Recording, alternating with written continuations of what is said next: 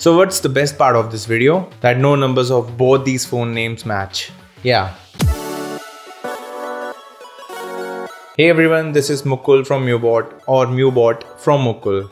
You would never know. So both of these phones offer a quite similar array of cameras on them. They both have a 48 megapixel primary lens, a ultra wide lens, a depth sensor, and a front facing camera with almost similar specifications. But the Realme 5 Pro has an extra sensor which they are calling as ultra macro lens. The processors on both the phones are also different. The Samsung M30s has the Exynos 9611 processor on it, and the Realme 5 Pro has Snapdragon 712 AIE, Artificial Intelligence Efficient Energy Artificial Word. But actually more than these paper specifications, it's the real world performance which matters the most. So let's start with one of the first features which the Realme 5 Pro claims as its unique feature, which is the ultra macro lens shot. So as we begin with these normal modes, the picture and overall impact of the Samsung M30s looks way better actually. The Realme 5 Pro isn't bad, but the overall details and impactness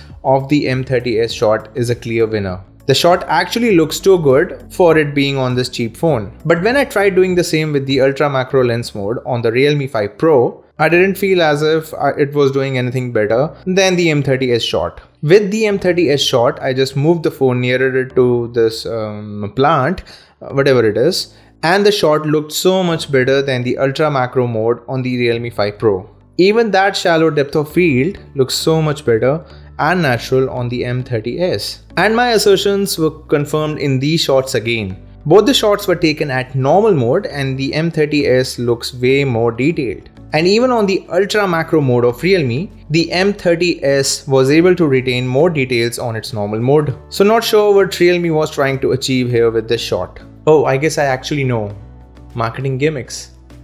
So yeah, don't pay the Realme 5 Pro just for their specific feature. It's more of a marketing gimmick rather than being an actual feature which can work better than any other phone in its class. Maybe better than some other phones, but not with the M30s for sure. On these primary lens shots, the pictures more or less have the same impact. The M30s is definitely more saturated, but looks like the Realme 5 Pro has a more crisp shot. So gotta give this shot to the Realme 5 Pro.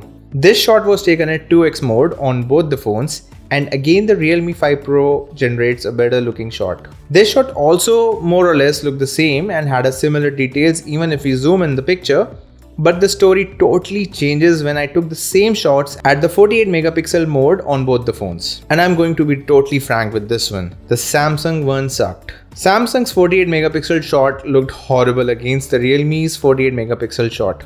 I mean, just look at the detail difference. Yuck. But what about the front camera? I was clearly way more impressed with the Realme 5 Pro's front camera. So much better details. It just destroys what the Samsung M30s does with its front camera. No competition here for the Realme. When it comes to the front portrait shots, the Realme again takes a better shot. It is wider and way more detailed. The edge detection was more or less the same on both. I wonder why Samsung had to again put an older front-facing camera on the M30s. The rear-facing cameras definitely got an upgrade, but the front cameras are more or less the same, and the quality as compared to the Realme is totally clearly apparent that Samsung could have done better in this regard. It's been so many years that I have been personally noticing that Samsung gets their front cameras really bad. Someone is moving table on the top floor. Stop it, damn it. Stop it. I've also compared the Samsung M30s camera to the M30, and you can check out that video also in the description below if you care about that comparison actually. In this poorly lit area, the M30s performed a bit better than the Realme when it came to capturing the details of this painting. But the Realme's work on capturing details on the far-fetched background were a lot better.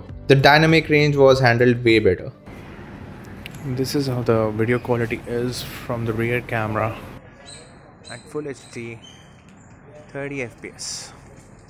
If we talk about the video quality, the Realme 5 Pro excels here. Such a wide difference between the two. It is really getting hard for me to recommend the M30s for the camera over Realme 5 Pro. The autofocus too was a tad faster on the Realme 5 Pro. The video on Realme was way more saturated though, but I really don't mind that when the details were clearly better on it. And this is how the video quality is from both the phones. From the front camera at Full HD 30 FPS. My face structure is totally different on both the phones. On the Realme it's quite wide, and on the Samsung I'm quite lean, which is good for a lot of people actually. The video from the front camera was however quite the same from both the phones. And as I've said in the video, the Samsung makes you look lean because it is a wider lens. So all you fat asses like me, if you take a lot of videos from the front camera, you know which phone to get. Things we do to hide our fat. But if I compare the still frames, the Realme looks way better detailed. The sun had almost completely set, and hence my slow-mo tests were done in a little dim lighting condition. And here the Realme was clearly brighter and sharper. Damn, the M30s is looking really bad. Samsung should do something about it in the future updates. If that can actually improve the camera on the M30s. Or maybe it's the Exynos 9611 which is pulling the M30s camera's performance on it. Okay, now these shots were taken in extreme low light conditions and night mode was switched on both of them. And as you can clearly see, the Realme shot was way softer than the Samsung one. So far the only real lead Samsung has is in its night mode and macro shots. On this indoor portrait shot, both the shots were actually good. Realme softens the face details to a more beautified version even when I had turned any beauty mode off on it. The Samsung was able to retain more details. However, the edge detection was flawless on the Realme on this shot. These series of shots were done to test the zooming capabilities of both. The Realme 5 Pro comes with a 2x and a 5x zoom mode on its camera module. So this is how the picture was at default focal length, and this is at 2x. And this at 4x for Samsung because it couldn't go any further, and 5x for Realme. I would say the Realme was able to capture more details, so the different zoom modes on the Realme definitely works. This haunted area with a vacancy for a ghost looked way well lit on the M30s at standard mode, with more details captured on it. But in night mode, even when the Realme captured little less light, the shot of the Realme was way more detailed than the Samsung. So this is up to you actually, whether you want more details or a brighter picture from your night mode on the camera modules. But when I tried testing the rear camera night modes in a different scene, it was again bad on the Realme this time. So yeah, I would say both the camera's night modes work a little differently, and sometimes the M30s could prove better and sometimes the Realme. So I would say both of the night mode performs more or less the same because it depends on the kind of shot you are taking. The front shots as usual were really disappointing on Samsung. Blah. This is how the video quality is from the rear camera at full HD 30 fps. This is how the video quality is from the rear camera at full HD 30 fps. In low lighting conditions again, the M30s struggled really hard to get the focus right. Samsung really needs to push that camera update soon. But even if they are able to fix it, the Realme will be tough to beat when it comes to capturing more details on its video. The M30s video was definitely brighter, but what would you do with a hazy or soft video which are just brighter? And even the stabilization works way better and smoother on Realme. This is how the video quality is from the front camera at full HD 30 fps. Let me know how the stabilization is. Which one do you like personally? The front video in low light was again better on the Realme. It was brighter with more details, as simple as that, nothing more to it. So totality thumbs up for the Realme performance here.